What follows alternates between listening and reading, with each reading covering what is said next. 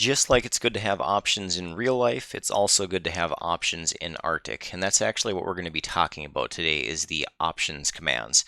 So if we go ahead and just type help options, we can see the different options that are available to us. And I'm not going to go through each one of these individually because you can obviously just as easily read through these and understand what they do. But there are a couple of them that I want to point out. And specifically, or I guess starting with domains. So you might have seen a warning when we were first logging in saying that if you want to log in from multiple domains to type option domain 0. Now, I didn't go over that then, but I feel like it is something important that we should talk about because if you ever want to go over to your friend's house and brag to them about this awesome scrolling text game that you found and you try to show them the game, if they are on a different like ISP or different domain than you, then you're not going to be able to log in from their house or their ISP unless you've done this command. So all you have to do is just type in OPT for option and then domain and then 0. And now you're going to ignore domain checks. So now I could be at my house, I could go to local college, I could go connect to the hotspot at McDonald's. Doesn't matter where I am, I can connect and I should be able to log in with my character. And if I hadn't done that, then I would have to get back to my house, log on, set that, and then go back to wherever I was trying to log in from to try it again. So that is the first one that I wanted to call out. Let's go ahead and do a help options again since it's all scrolled past. Some other good ones here. Let's just look at a couple of these before I hit enter and then all the random stuff scrolls it off the screen. So option brief is a good one.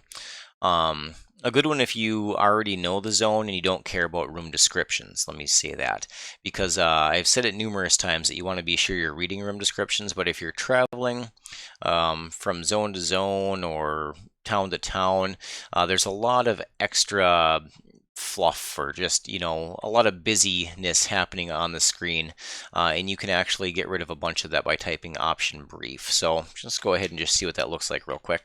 So as you can see here, if I go east and then west, I'm in the up by my guild master right now, so you can see these nice long room descriptions that it's giving us. If I type in option brief, it's now turned on. If I type L, I don't actually see a room description at all. All I see is just the room name for the room that I'm in. If I go east, same thing. So you can see it cleans it up quite a bit for traveling and stuff like that. And it might be nice to turn on if you're with a group or somebody else is leading you, just type that on while they're moving you around. But then when you're out exploring by yourself, you can turn option brief off so you can actually be reading room descriptions. Now you can still see room descriptions if you type, I think it's look room. Yeah, so if you just type look room, it'll give you the room description anyways. So it's not like you've completely lost it. You still can look in the specific room that you're at. Let's go ahead and turn that back off. And help options again, see if there's any other good ones. Gag move and gag arrival, those are both good once you start getting with a bunch of group members.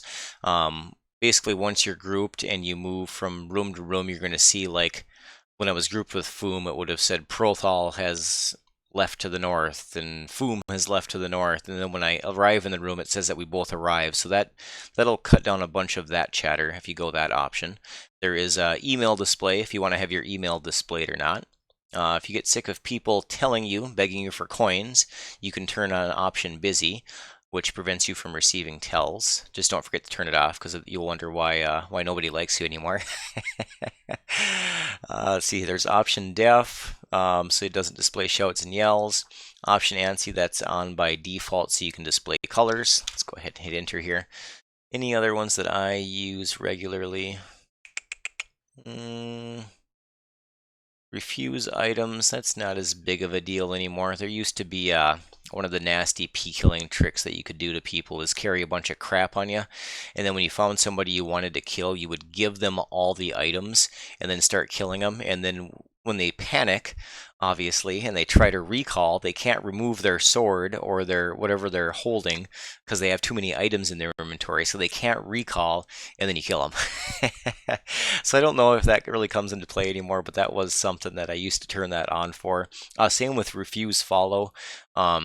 If you're trying to kill somebody, a good tactic is to follow them, because then if they flee and then leave the room and walk back by you, they start dragging you with them. So Probably shouldn't be talking about this kind of stuff, but those are what I used to use that stuff for, is turn that off, just to make sure nobody tried to kill me. Let's see here.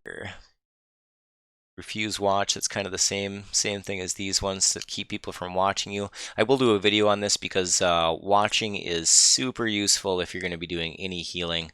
So you can see both the condition that the tank is in, or you're in, as well as the mob that you're fighting.